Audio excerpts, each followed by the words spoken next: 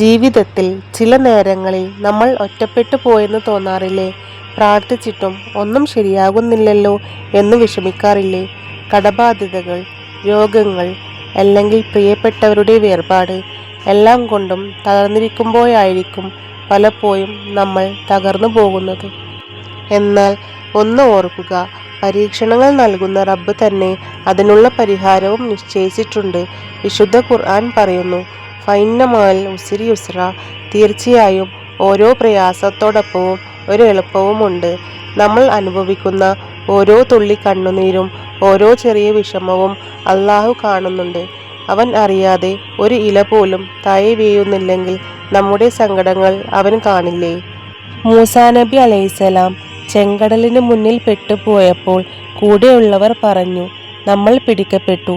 പക്ഷേ മൂസാ നബി പറഞ്ഞത് എന്താണെന്നോ?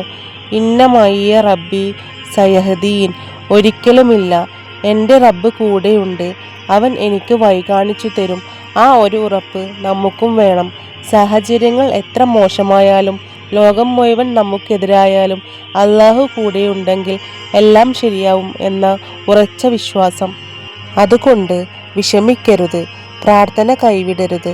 നിന്റെ കണ്ണീരിന് ഉത്തരം ലഭിക്കുന്ന ഒരു സുപ്രഭാതം വരാനുണ്ട്. അള്ളാഹുവിൻ്റെ തീരുമാനങ്ങളിൽ വിശ്വസിക്കുക, അവനിൽ ഭാരമേൽപ്പിക്കുക. ഇൻഷാ അല്ലാഹ് എല്ലാം ശരിയാവും.